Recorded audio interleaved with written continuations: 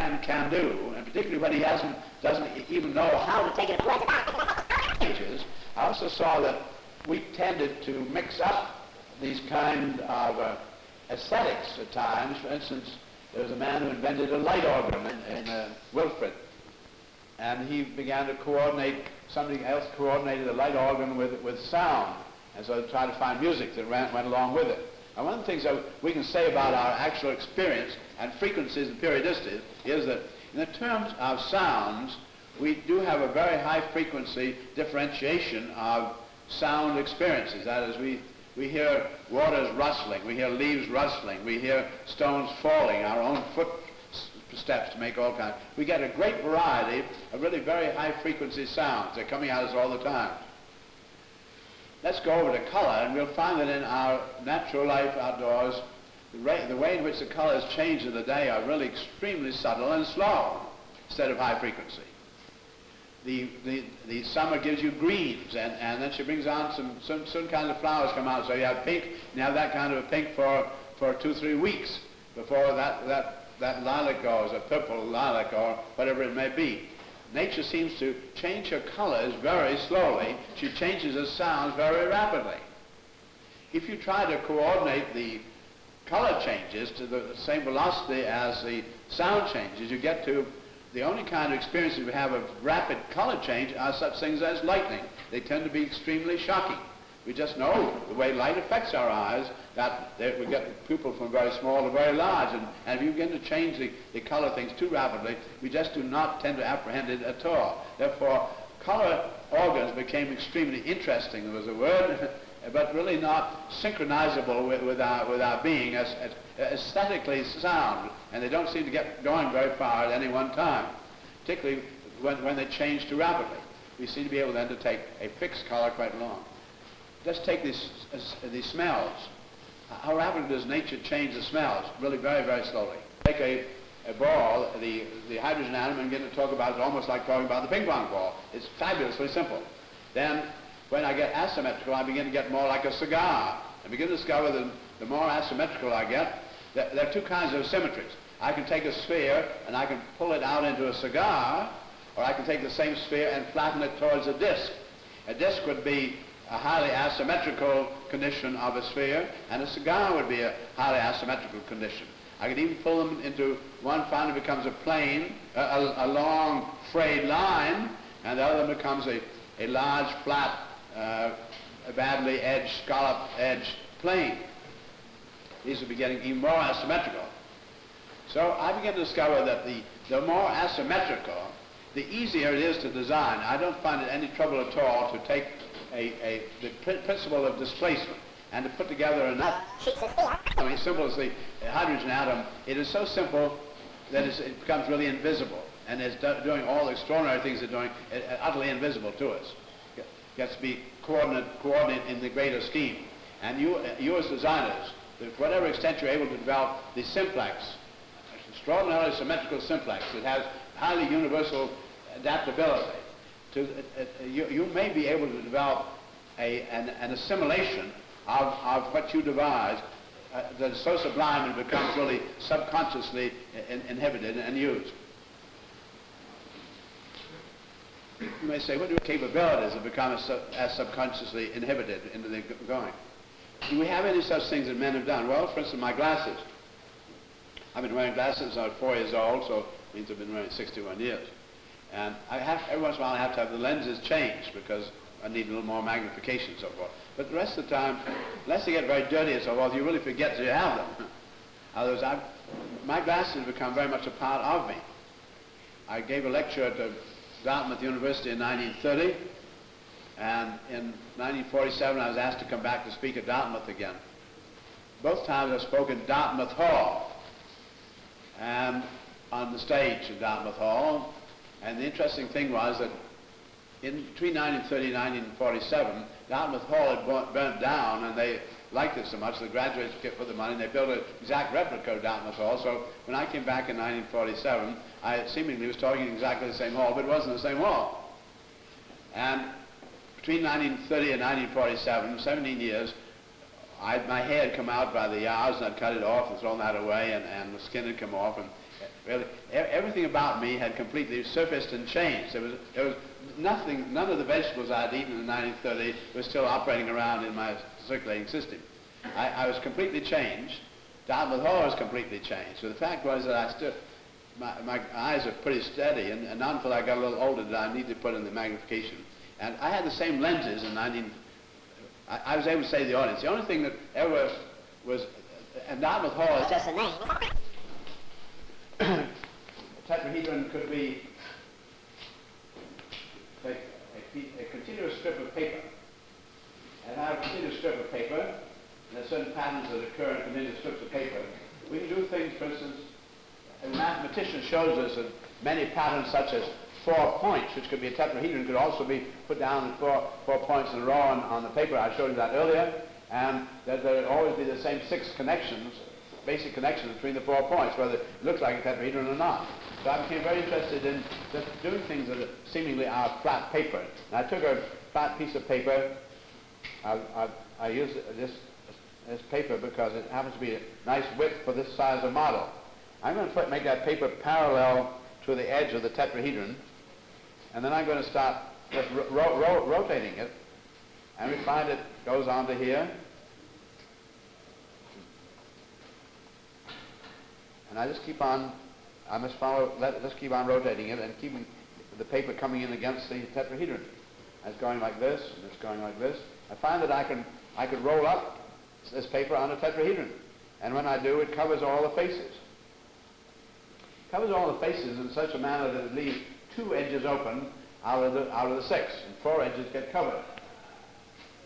So that, in effect, I really could rotate it just exactly like this on the two mid edges, and you're going to find it unrolling very, very neatly. So those become the mid edges become the axi of the roller. And we had not really thought that it was something like tetrahedron as being a good spool, but it's a very good spool. Then I try the same idea on an octahedron. And will it work here? So I tried parallel to the edge of the way we started that game. And so I find I can wrap it on here all right. And keep on wrapping it on here.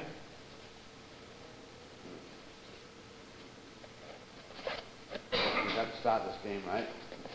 Keep on flat, keeps on going around. But now I find it's simply going around and around. It becomes a perfectly good spool too. Just like this.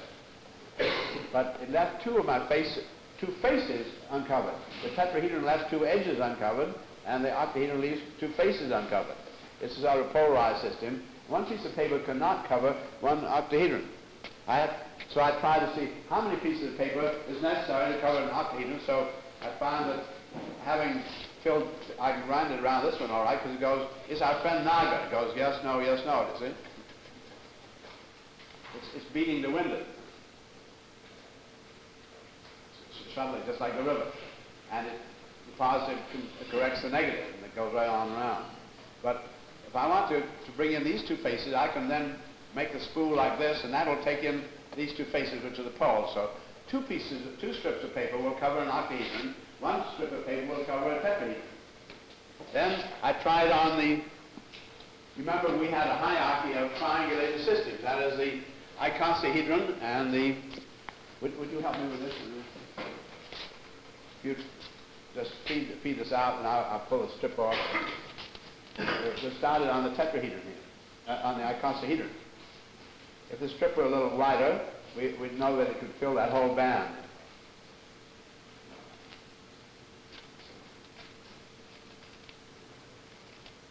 So it'll go around this way. I've got an axis of spin here, and then excuse me. Thought I was getting on there. Don, you got a piece of that tape handy quickly?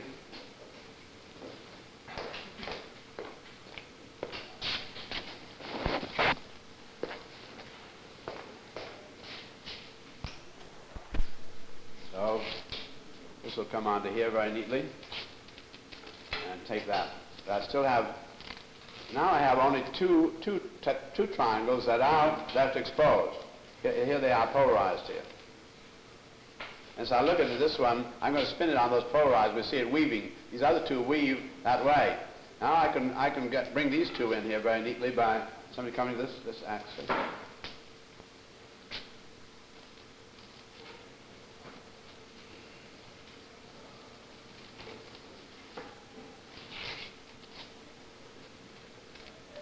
catching these in pictures? Yes, could we turn a little more to the left? That's all right. So now, we have covered... Hey, did I drop off one?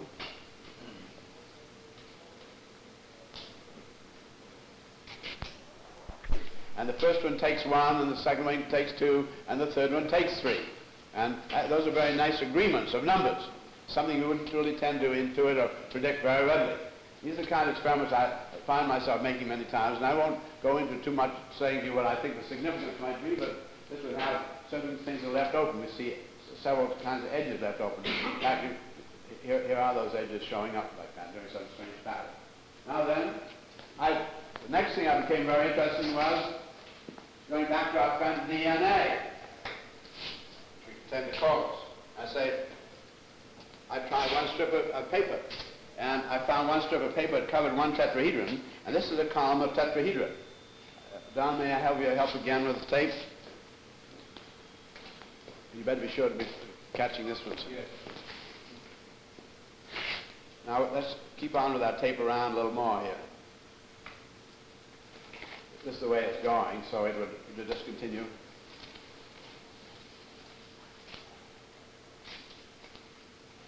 I just like to have it continue that way.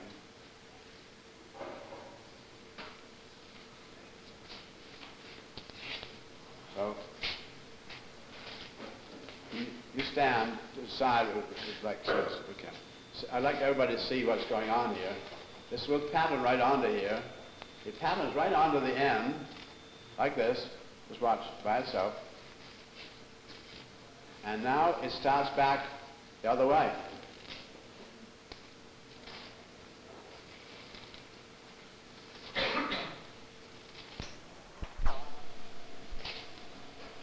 The way I start wrap the bottom tetrahedron, it goes right around, filling in every layer. I just remember my left hand is continually giving that layer.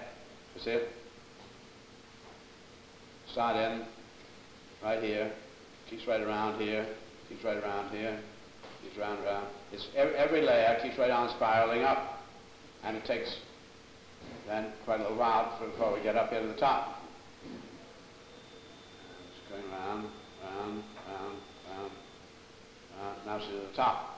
When it comes back down, it reverses the way of starting, and we come back on down here.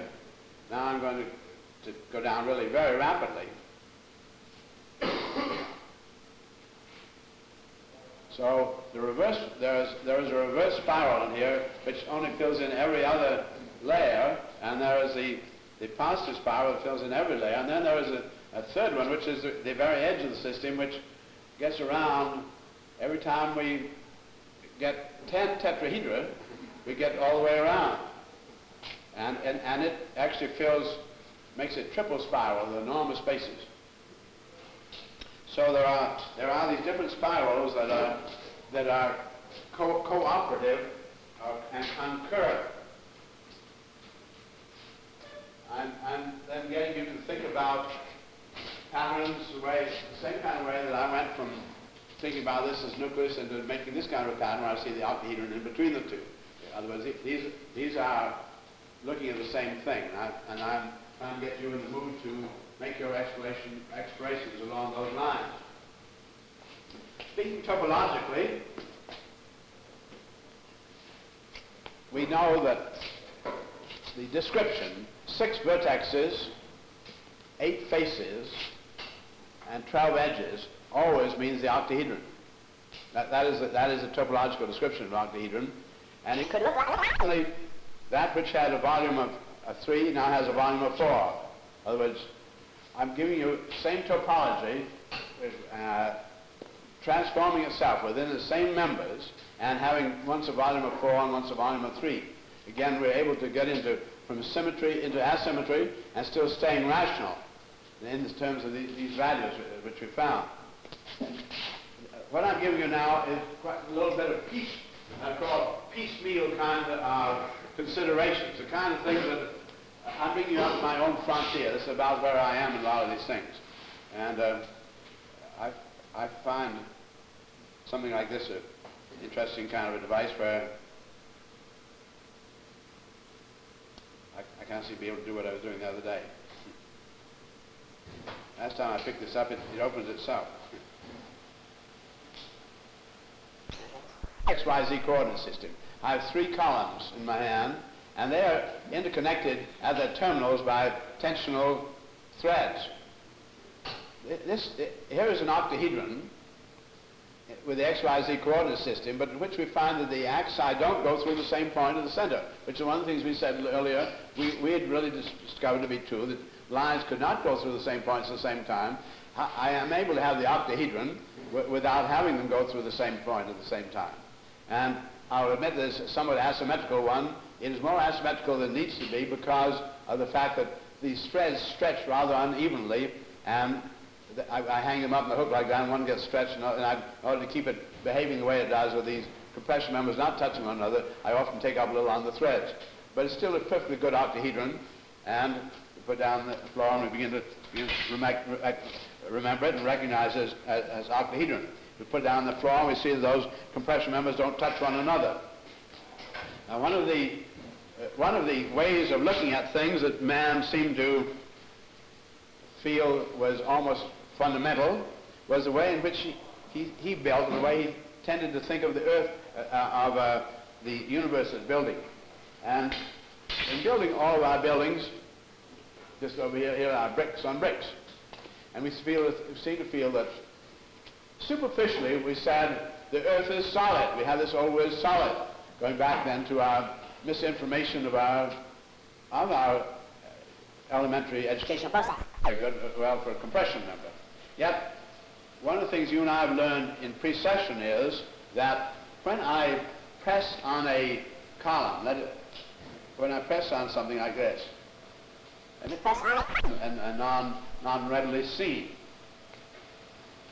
So whenever I talk about tension compression, I'm not talking about two separate phenomena at all, but important aspects of the fact that they are variables where one comes into high prominence and the other one goes into negligible, and vice versa.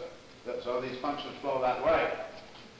I would like to give you a little idea about functions of that kind. I take this rubber band which I had here. I'm going to put it around this tetrahedron. If this were a piece of string of given length, it would be more convincing to you than the rubber band, but I can tell you this is true. If this were a string of a given length and could not stretch to an important degree, I put it in that position there. Now I'm going to, and the nearer it gets towards this edge, the nearer it gets to be looking like that one edge.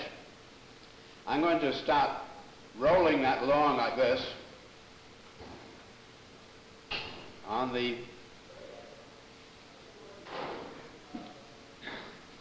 roll this along here, my fingers.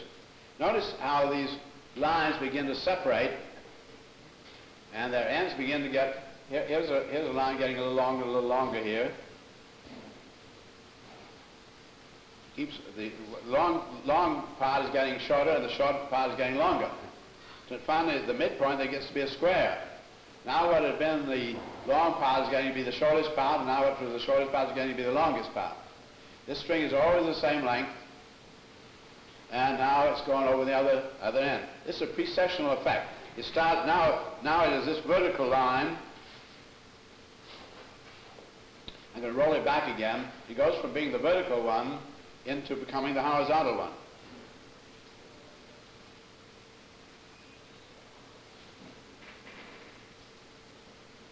That's precessional. We've gone from vertical to horizontal, a 90-degree reorientation.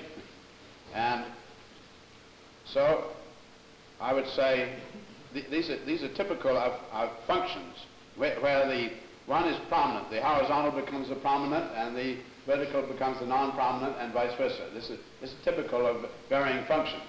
There's always the same distance around a tetrahedron. Well, that's the only reason I could wrap that piece of paper around the tetrahedron continuously. That ought to be telling you there's always the same distance around any part of the tetrahedron. To their section, taking measurement of the section. compression members have a very distinct limit of ratio of their length to their section. I press on this thing. This would be called slender. It is too thin, and it tends to arc like this. I have to, when I go down in a compression member, loading it axially, for instance, it tries to become either has to, like, it's equated to get bigger and bigger, like a squash. But if you look at a summer squash, you begin to find that the equator is beginning to get serrated. That is, the equator begins to get broken in a number of places and keeps breaking open every time it gets broken open, because it can't take that kind of compression. Literally, the compression of the earth and rocks above and things like this, its own dead mass weight does that to it, and its equator begins to break open. And every time it breaks open, it makes one of these scallops. If it breaks open, I'm going to give you something like a cigar form, and I'm going to have it break open just at one point to start off with. That's just exactly what happens with the banana. Then instead of arcing, I can make a model, by the way, of little reeds or something like that as a cigar, a whole lot of them together, and when I press down on them, they all try to open out from one another like that. And you can see how the equator is getting bigger, and finally would break here and would make that scalloping. Supposing then, instead of breaking evenly in all the different points and scalloping, it just breaks at one point. And then, once it's broken at one point, then she begins to yield that's the way the banana form comes. Because all the arcs which are symmetrically arrayed around the polarized system all come around, converge at one side, and she bends just one side only. That gets to be the banana. Now, in either case, finally it'll get to the point where the banana gets into too critical a radius for the bulk of the material and builds up too much compression on one side, and then she breaks open altogether, and the piece breaks in two. There's a tendency in compression to continually break in two. It might happen by virtue of the squashing and breaking open in the edges. This is what happens when you put a penny on the rail and the locomotive goes over. You'll find it flies way out in scallops on its edges. But if you keep on pressing it enough, finally breaks across that bow, and tension member across these two, bring them where they can't go any further on each other, but they could do that. So I put a tension member from around the ends, makes a square of tension. So it can't do this anymore, but it could do this. So I then put a tension member from here to here, tension member from here down to the bottom here, and the same from here over here to here. But when I do that, I get the octahedron again. This is another form of the octahedron. But the bows really are tending to break apart, and they really are 4 members instead of 2. That is really truly a 4-member unit, and you can make it as a 4-member unit. And this is the 3. I think the 3, as far as I know, is the simplest straight line tensegrity. Then after that we get to a 4-ness. And then we get to where we have a double one of this is exactly 2 of this. Because there is a positive and a negative turbining that is involved. I don't know whether you realize there is such a thing as a positive and negative turbining. They really are not the same. There are really what we call right and left hand threaded bolts.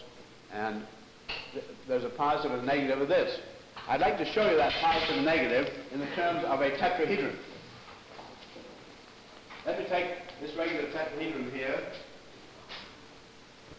You saw me yesterday take 2 triangles, and out of the 2 triangles I made 4 triangles of the tetrahedron. The way we do, I'm going to trace, there are 6 edges. The number 6 is divisible by 2, and then the result is 3. I could divide this. And we're going to run it up from there. Yeah. Then we take this other one here, and it comes on the floor. We go up to the apex up here, and then back down to here. Let me consider what that is. Every time I have an action, I have a reaction.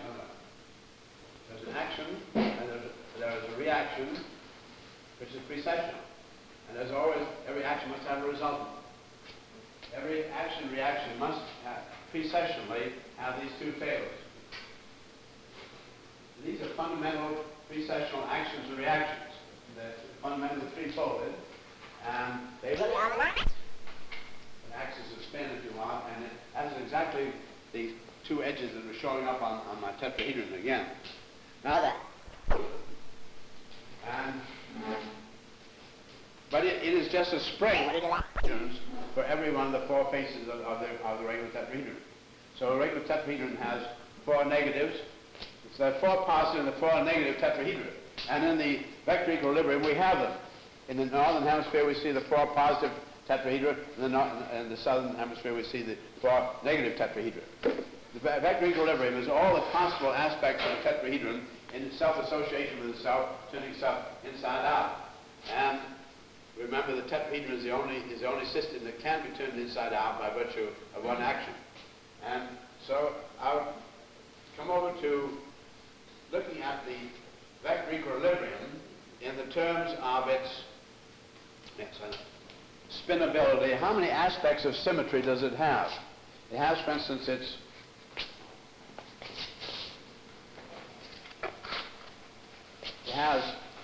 eight tetrahedra. Therefore, we pair them, we get four pairs. Therefore, it has four axis spin. If I take the mid-triangular faces, there are four such axis spin, and look what they are. They are our four great circles. Here it's going around that great circle. I spin it on this one. There's this great circle. And if I spin it on another pair, it'll be another great circle. There are four axis spin and four great circles, which are the equators of those spins. I can spin it on there are 12 vertexes of the system. Pair those, and they give me 6 axi. If I spin the 3 great circles on the squares, make 7. I showed you the 6 great circles on the 12 vertexes. 6 plus the 7 makes 13. And I gave you the 12, which is the last one. 12 plus the 13 makes 25. There are 25 axi of spin involved, and there are 25 equators, and they make a symmetrical network over this total system. And those give me what I call the 25 great circles. And it is characteristic of every one of these great circles that they all go through vertexes at one time or another. This goes vertex, vertex, vertex. This one goes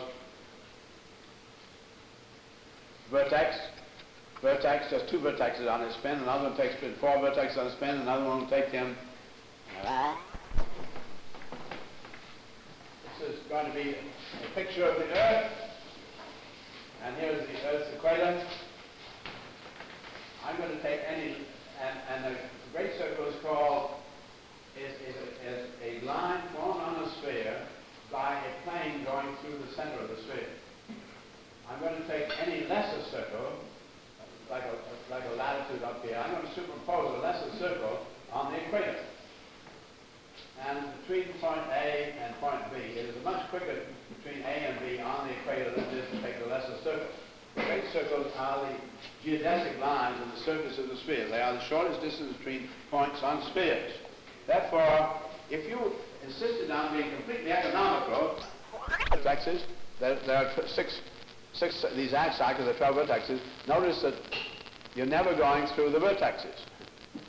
Well, that's fact what these wrappings of paper are. They don't go through a vertex. They can be exactly at the equator, but not go through a vertex. So the 6 great circles don't go through vertexes. Therefore, energy gets on those 6 great circles, can't get out to touching any other spherical systems. But the 30 edges do have 15 great circles, and the 20 faces have their mid aspects. Being 20 faces, there'll be 10 such axi, and they give me 10 great circles. And the 10 great circles and the 15 great circles make 25. I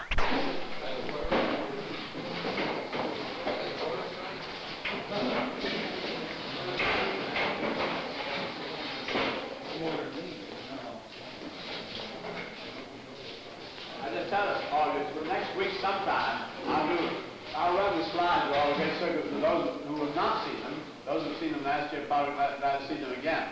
But for our picture taking, it is very necessary to get the energetic geometry in it, but I know that you do a better job from the slides and models for great circles than we could just trying to take these. So when we start on Friday, I'm going to start a really entirely different phase about thinking. It'll be a different talk. Lucky, this was fine, and we got quite thorough coverage.